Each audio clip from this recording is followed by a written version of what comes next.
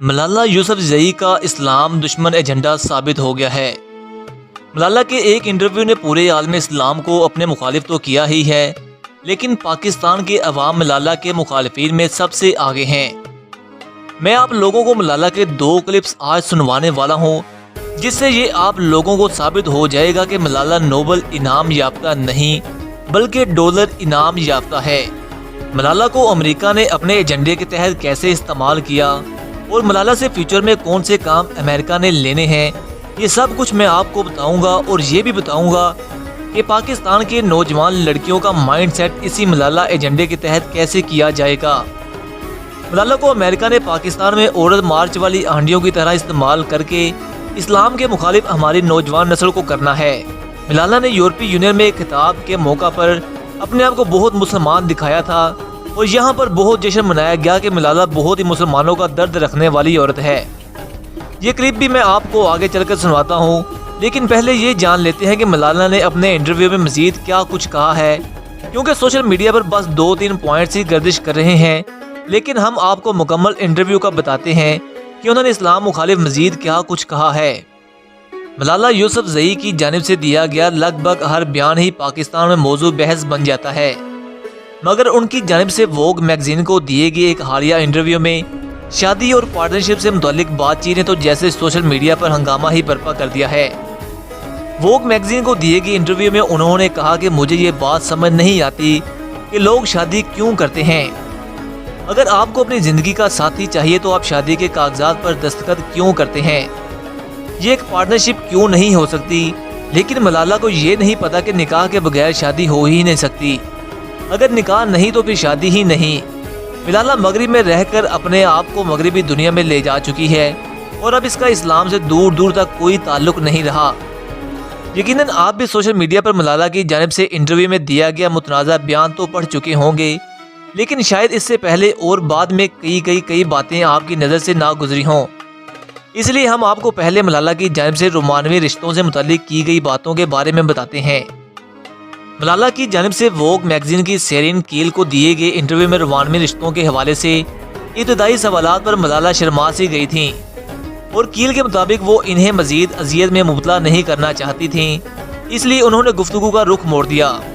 تاہم اس انٹرویو کے اختتام پر ملالہ نے خود سے ہی محبت اور رشتوں سے متعلق بات کرنا شروع کی۔ ملالہ نے بتایا کہ ان کے تمام دوستوں کو پارٹنرز مل رہے ہیں، لیکن وہ اس حوالے سے کنفیوژن کا شکار ہیں۔ انہوں نے کہا کہ سوشل میڈیا پر ہر کوئی اپنے رومانوی رشتوں کے بارے میں لکھتا ہے تو آپ پریشان ہو جاتے ہیں۔ آیا آپ کسی پر اعتبار بھی کر سکتے ہیں، اور یہ بات آپ کیسے یقینی بنا سکتے ہیں؟ آپ لوگوں کو یہ بھی بتاتے چلیں کہ ملالہ اپنے والدین کی شادی کو ارینج میرج کا نام دیتی ہیں، یعنی وہ ایک دوسرے کو پسند کرتے تھے، لیکن ان کے والدین کی مرضی کے مطابق یہ شادی ہوئی۔ تاہم ملالہ خود یہ نہیں جانتی کہ وہ کبھی شادی کریں گی بھی یا نہیں۔ یہ اب جو بیان ملالہ کا ہے یہ اسلام سے کوسوں دور ہے۔ ملالہ نے کہا کہ مجھے اب یہ بات سمجھ نہیں آتی کہ لوگ شادی کیوں کرتے ہیں۔ اگر آپ کو اپنی زندگی کا ساتھی چاہیے تو آپ کو شادی کے کاغذات پر دستخط کیوں کرنے چاہیے؟ یہ ایک پارٹنرشپ بھی تو ہو سکتی ہے۔ ملالہ نے یہ بھی بتایا کہ ان کی والدہ ان کی اس رائے سے اتفاق نہیں کرتی، اور کہتی ہیں کہ تم آئندہ کبھی ایسی بات نہیں کرو گی، تم نے شادی کرنی ہے، شادی انتہائی خوبصورت رشتہ ہے۔ ادھر ان کے والدین کو پاکستان سے لڑکے ای میل کے ذریعے ملالہ سے شادی کرنے کی پیشکش بھی کرتے ہیں۔ ملالہ کہتی ہیں کہ یونیورسٹی کے دوسرے سال تک میں یہی سوچتی تھی کہ میں کبھی شادی نہیں کروں گی، بچے پیدا نہیں کروں گی، صرف کام کروں گی، میں خوش رہوں گی اور ہمیشہ کے لیے اپنے خاندان کے ساتھ رہوں گی۔ لیکن مجھے یہ علم نہیں تھا کہ آپ ہر وقت ایک جیسے انسان نہیں رہتے، آپ میں تبدیلی آتی ہے اور آپ کی سوچ تبدیل ہوتی ہے۔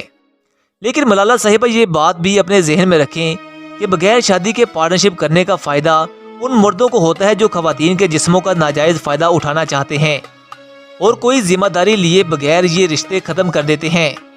شادی کو ڈیزائن ہی اس لیے کیا جاتا ہے تاکہ چیزوں کی روک تھام ہو سکے، اور اس میں طلاق کے بعد خرچہ دینے اور حق مہر جیسی شرائط شامل ہوتی ہیں، جبکہ مغرب میں عورت کو یہ سیکورٹی میسر نہیں۔ ملالہ کے بیان پر ہر کوئی ہی بات کر رہا ہے، حالانکہ پاکستان کی ایک اور متنازع ایکٹر متیرہ، جو کہ اکثر آپ کو بیہودہ ڈریسنگ اور کمرشل کرتی ہوئی نظر آتی ہیں، اس حوالے سے اداکارہ متیرہ کے ایک بیان کا خوب چرچا ہوا، جس میں انہوں نے انسٹاگرام پر ایک پوسٹ میں کہا کہ مجھے سرورق پر ان کی تصویر بہت پسند آئی، لیکن ہمیں اس نسل کو نکاح کی اہمیت اور سنت کے مطابق اس پر عمل کرنے کے بارے میں بتانا ہے۔ یہ کوئی پلاٹ کی خریداری نہیں جس کے لیے آپ دستاویز پر دستخط کر رہے ہیں۔ متھیرا نے مزید کہا کہ زبردستی کی شادی غلط ہے، کم عمری میں شادی غلط ہے اور متشدد رشتوں کی بھی مذمت کرنی چاہیے، لیکن اللہ کی عافیت میں یہ رشتہ استوار کرنا بھی بہترین ہے۔ ٹویٹر پر ووگ میگزین کے جولائی میں آنے والے شمارے کے سرورق کی تصویر شیئر کرتے ہوئے ملالہ نے لکھا، میں جانتی ہوں کہ ایک نوجوان لڑکی جس کا کوئی مشن، کوئی نظریہ اور اس کے دل میں کوئی طاقت ہوتی ہے، اور میں امید کرتی ہوں کہ جو بھی لڑکی یہ سرورق دیکھے گی اسے پتا ہوگا کہ وہ بھی دنیا کو بدل سکتی ہے۔ یہ سب کچھ جاننے کے بعد آپ کے ذہنوں میں یہ سوال آ رہا ہوگا کیا کہ ملالہ نے یہ انٹرویو کیوں دیا یا انہوں نے اسلام مخالف بات کیوں کی؟ اس کا جواب اس ویڈیو کلپ میں ہے، یہ ذرا ملاحظہ کریں۔ The European Parliament will look beyond Europe to the suffering country where people are still deprived of their basic rights, where freedom of thought is suppressed and freedom of speech is enchained.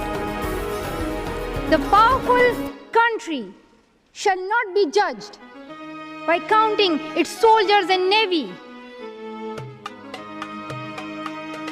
but rather we must see which country has the highest literacy rate, which country has more educated people, which country has provided the basic rights to its citizens, which country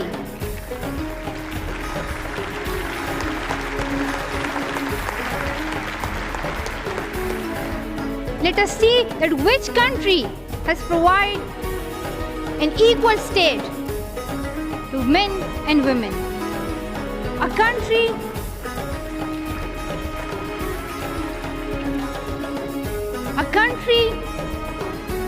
with talented, skillful and educated people is the real superpower, not the country with tons of soldiers and weapons.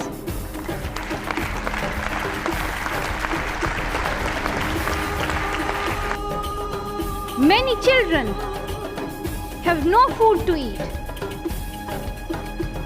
They have no water to drink. And these children are starving for education. It is alarming that 57 million children are deprived of education. They cannot go to school. This must shake our conscience and help those 57 million children who are waiting for us. And these children, they do not want an iPhone, an Xbox, a PlayStation or chocolates. جی تو آپ لوگوں نے دیکھا کہ مغرب ملالہ کو کس طرح پروٹوکول دے رہا ہے اور اس کی تقریر کو یورپ کے بڑے بڑے لیڈرز بیٹھ کر سن رہے ہیں۔ بے شک ملالہ اپنی تقریر میں اسلام کی بات کرتی ہے، لیکن یہ سب کچھ ہم پاکستانیوں کو دکھاوا کرنے کے لیے ہی ہوتا ہے، تاکہ ہم یہی سمجھیں کہ ملالہ تو اسلام کی بات کرتی ہے، جبکہ یورپ ملالہ سے کچھ بھی اب کروا سکتا ہے۔ یہ ایک اور ملالہ کا پرانا کلپ ہے جو کہ انہوں نے کینیڈا میں اپنی تقریر کرتے ہوئے شروع اللہ کے نام سے ہی کیا تھا۔ یہ سنیے کلپ ذرا۔ I still require a visa. I was also very happy to meet Prime Minister Trudeau this morning. And while I was coming here, everyone was telling me, like, shake Prime Minister's hand and, like, let us know how he looks in reality. And people were just so excited about meeting Trudeau. I don't think anyone cared about the Canadian honorary citizenship. I would like to tell something to the children of Canada, that you don't have to be as old as the very young Prime Minister Trudeau to be a leader. یہ دیکھیں آپ کی اپنی تقریر کو بسم اللہ سے اس لیے شروع کرتی ہے تاکہ مسلمانوں کے دلوں میں یہ بات بٹھائی جائے کہ ملالہ یورپ اور امریکہ میں مسلمانوں کی سفیر کے طور پر کام کر رہی ہے۔ مستقبل میں ملالہ سے ان لوگوں نے بہت بڑے کام لینے ہیں اور اس کے لیے ہم پاکستانیوں کو ذہنی طور پر تیار ہو جانا چاہیے اور ہر طرح کی سازش کو بے نقاب کرنے کے لیے، چاہے وہ سوشل میڈیا ہو، چاہے کوئی بھی عالمی فورم ہو، ہمیں ایکٹیو ہونا چاہیے۔ امید کرتا ہوں دوستو آپ لوگوں کو یہ ویڈیو کافی اچھی لگی ہوگی۔ اگر آپ لوگوں نے اس ویڈیو سے کچھ نیا سنا، سیکھا اور جانا ہے تو اس ویڈیو کو اپنے دوستوں کے ساتھ فیس بک اور واٹس ایپ سمیت دیگر سوشل میڈیا ویب سائٹ پر زیادہ سے زیادہ شیئر بھی کر دیں۔ جلد ہی ملوں گا میں آپ سے ایک نئی اور انٹرسٹنگ ویڈیو کے ساتھ، تب تک کے لیے مجھے دیں اجازت۔ اللہ حافظ۔